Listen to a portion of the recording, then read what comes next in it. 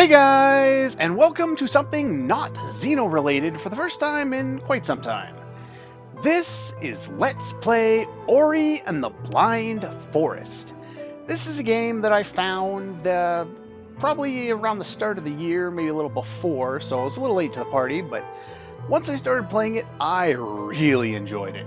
Not that I'm any good at it, by the way, but, it's a lot of fun to play, and it is a beautiful game to look at, and listen to, and experience.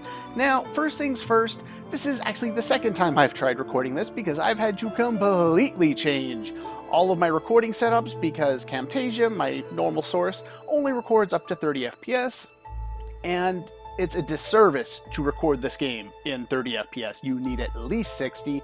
My timer or my counter right now is telling me I'm running over 200 frames per second, and the smoothness of the gameplay and the smoothness of the graphics and the movement and everything is something you need to experience on your own. Even 60, I would record higher, but, issues and all that. Anyway, I spent the entirety of yesterday trying to make this work, and hopefully I've now gotten to that point. Now, if I had set my timer, that probably would have been a good thing. Anyway, so that being said, Xenosaga will continue. I'm going to be releasing the episodes concurrently until Xenosaga ends. I've got recorded episodes done till the end of this upcoming week for that, and I am trying to do the same with Ori and the Blind Forest. The main reason why I'm kind of shoving it in there in the middle when I'm not finished the game yet, Xenosaga Episode 1 that is because the definitive edition with additional stuff, additional content is out for this game at the end of the week. And so I thought this was as good a time as any since I was kind of prepping this one anyway. I just finished my third test run. Normally I wouldn't test run the game so many times, but this game is a lot of fun to play, and it's not like I have to do butt tons of grinding or play through a 40-hour game. This game is relatively short. That being said, let's go take a look at my settings just briefly so you guys have an idea of what's going on here. There's not a whole lot that's not kind of obvious. I am playing this on a controller, even though if you'll take a look at here, as long as I remembered to record my mouse cursor, it's got a pretty cool looking mouse cursor and it's got nice motion blur and stuff on it. But we're going to play on a controller because it's so much easier. Anyway, controls, those are your basic controls. I won't be really going over them too much. I'll probably mention them haphazardly while I play, but yeah, for the most part, that's pretty much what you're looking at. Like I said, this is a relatively short game, but if the music and the visuals, even at this point, tell you anything, it's going to be one hell of an experience, and one that you should probably experience the first time by yourself. Preferably in a room, in the dark, at night, and just envelop the story, because it's really worth doing that. This is kind of aimed at people who have already played the game once, or who just have no interest in playing the game, though if you're watching the LP, you probably have some interest in it, but I digress. Anyway, let us begin. It's going to start a new game here, and we have the prologue to begin things.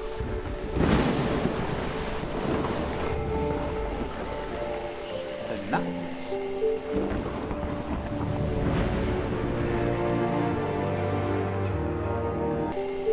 Okay, sorry for the weird cut already. First time I've really had any major issues, but anyway, we're hearing what's presumably the tree talking about the night that Ori was lost in the Great Storm.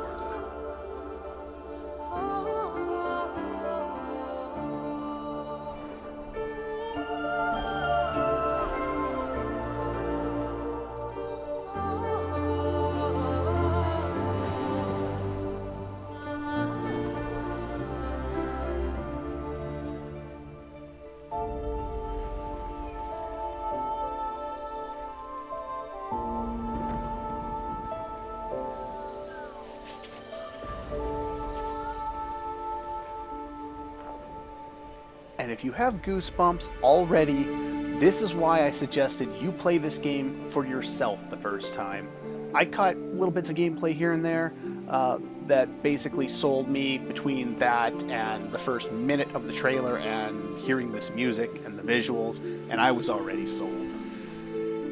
But anyway, let us move forward with this big tank into Swallow's Nest. Your main button, if you're on an Xbox 360 controller, is I think A. On PlayStation controller, it is X, and that is your jump button. You can jump around with the tank, but for the most part, you just need to move forward.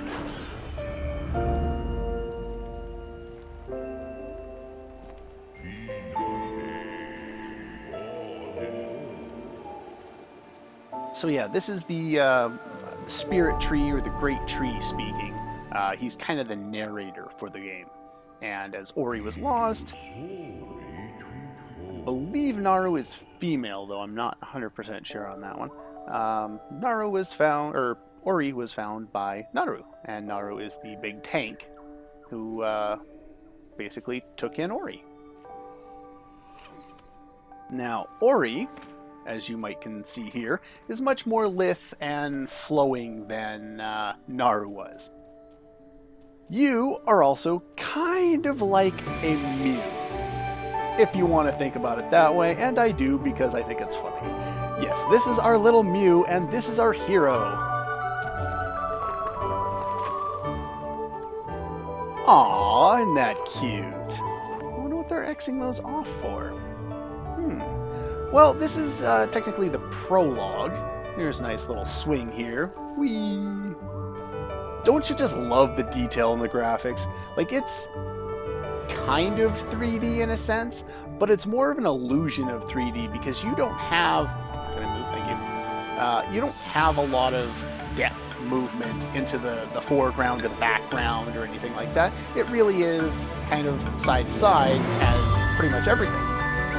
But that doesn't hurt the game at all because the background animations flow so smoothly into the foreground animations that you can barely tell the difference other than the fact that you can't interact with it. It does make a couple of situations kind of difficult to figure out where you're not sure if this is something you can interact with or not, but we'll see that much later on.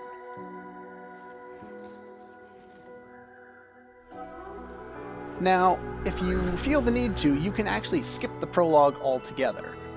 Ori here has a bundle of fruit. You can dance around if you want to. We're not supposed to go that way, so let's just run over the other way.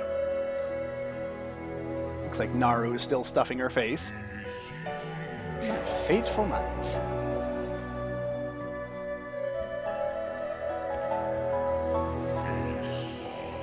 Lit the skies ablaze.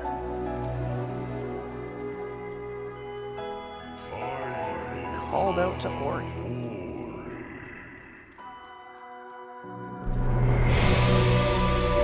Whoa.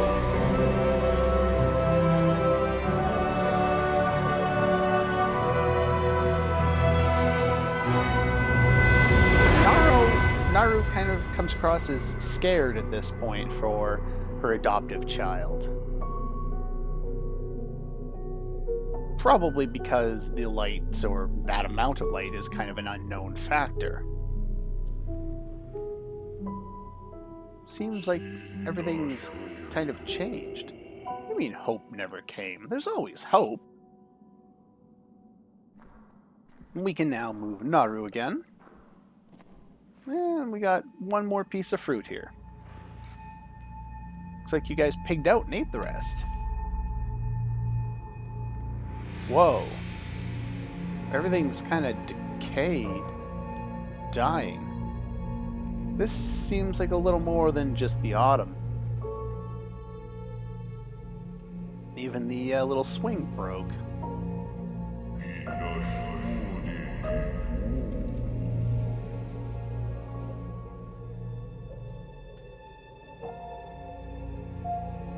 Oh, there we go. Something's still alive. Naru. Ow. You're not really the lithe one that's meant to climb trees. I think you should leave that for Ori. Well, this is kind of sad. This isn't what we need in the start of our game. This isn't Final Fantasy II. And I guess they use the term blind in this case as kind of a reference to dead or decaying or blind to life. And you see, Naru couldn't get any more fruit, so she gave the last one to Ori. Ori sees the broken branches, figures that, oh, there's fruit up there. You can kind of see that. I should probably go get that. I'm much more built for this than Naru. And we'll shake a few down. Don't shake them all down, but enough to eat. There's no hope, but hope still showed its face. Aww. I guess we're getting memories here. Isn't that cute? Building the bridge.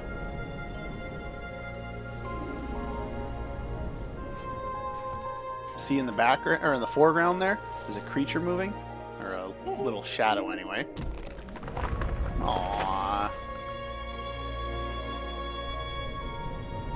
And protecting your young. And we'll bring back some food so that she can eat too. Here you go. Are you sleeping?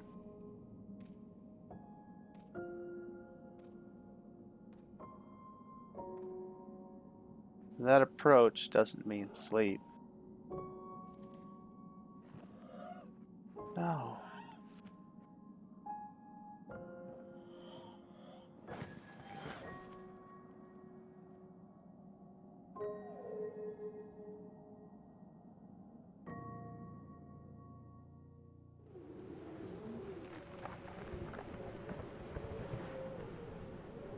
This game's just started and they've already got their audience in tears.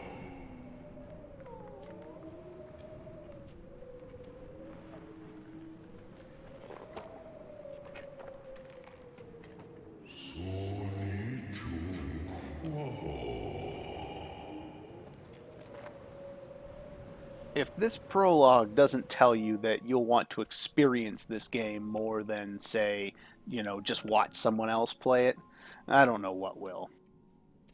Anyway, we gain a little semblance of control here, but we're kind of just pushing along. We haven't eaten, and we're getting weak.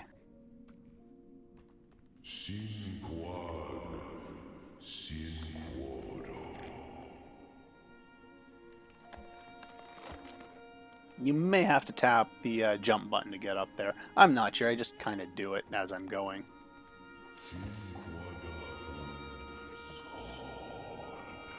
Poor Ori.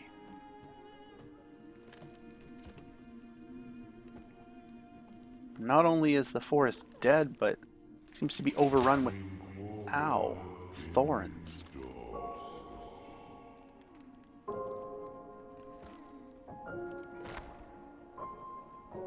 Oh, come on, Ori. You can make it. Ow.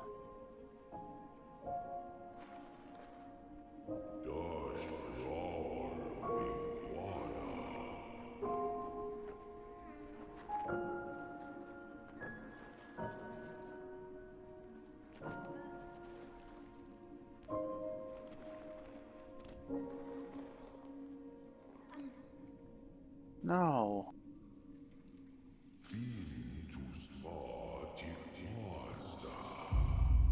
And in the first 10 minutes of this game, the only two characters we've known are dead.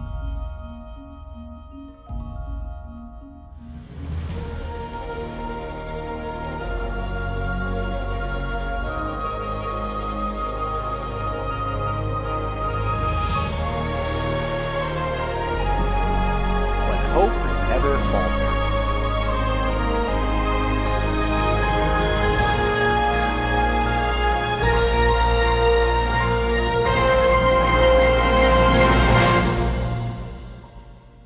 And the music gives me goosebumps. It's so awesome.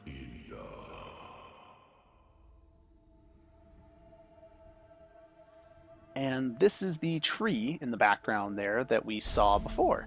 And it revives Ori. And we now have control. And as you can see, the motion is nice and fluid. There's lots of movement.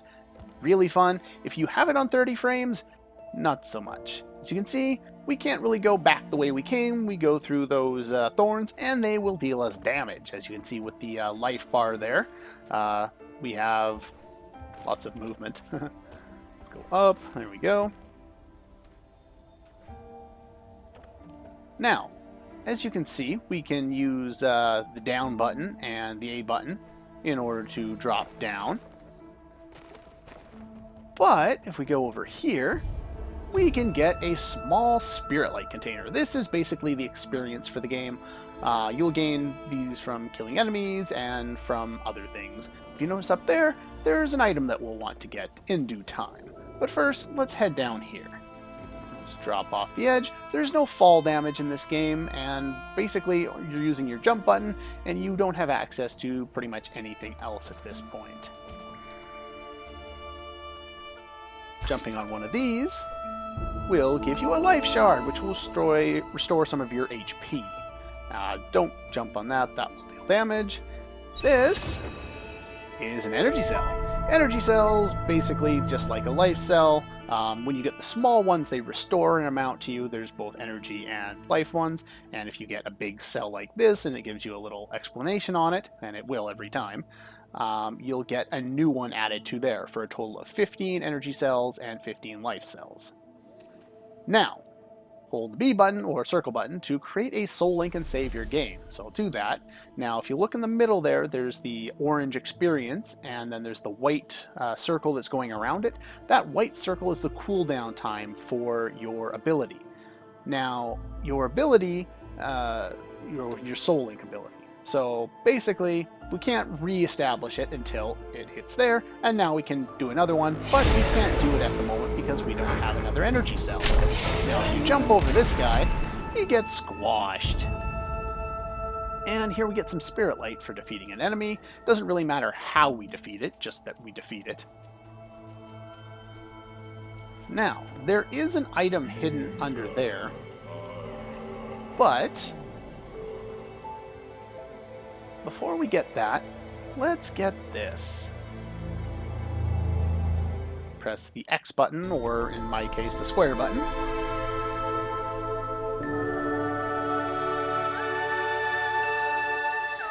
And we find the light. I am seen, you know I can't pronounce things. This guy. The light in the eyes of the spirit tree. I was lost in this glen when she loosened her grip. We don't know who she is at this point, but I can guide you on your journey if you allow me to come. They must have followed you. Uh-oh. Speaking of they, you can now mash the button, the square button in my case, to use an attack. Now over here, we get a secret with some items. Now, the other thing about those secrets there's actually, according to the count that I heard, is there are 43 of them. And with 43 of them, you actually get an achievement for unlocking them all. We'll find him. There's a path up ahead. And here's the map. Now, the map will basically show you where you are and what you need to do. You press the select button if you want to access that in the future. Now, see that that's now lit up, we can actually destroy it with our spirit light. And doing so gets us those spirit containers and sometimes a life orb, which will give us experience. Now, once I level up again, I'm going to utilize some of my points. As you see, when we leveled up and unleashed that big explosion, we actually got a level up, and we got an ability point. So you want to... Oopsies! I wanted to get those experience, but... There we go. Oh well. It's not like it's going to hurt us all that much. But the water is poisoned at this point, like pretty much everything else in the forest, so you don't want to take too much of it. And we leveled one more time, which is probably a good point to end off on. Spirit wells are ancient structures connected to the roots of the spirit tree. You can replenish your strength and get a full heal by pressing the X button or the square button, and it also saves your game. However, if you press the circle button, you can go into the ability tree and we can actually learn some important abilities. Now, there's a lot of abilities. I'm not going to go over a lot of them right now. But the first 3 levels, we can reuse soul links and rekindle them. It also reduces the cooldown timer. That's very useful. Spirit management, most pickups will float to Ori, which is very helpful so they don't fall in the water like they just did. So I want that. This allows us to shoot your flame before recharging, or 3 of them. I think right now we have 1 or 2. But we can get a whole bunch of upgrades as time goes by. The first ones that are the most important, I feel, are these 2. We'll get that one next, and then we will move on to do some more of the attack ones. This one tends to be attack, this one's map related, and this one's extra abilities that will basically be very useful, and this will be the first one we'll be mastering, by the way. But anyway, now that we've got all that out of the way, you can kind of see there's something up there, but we can't get it yet. We'll have to come back for that. Anyway, that's all the time I have for this one, and I'll see you guys next time.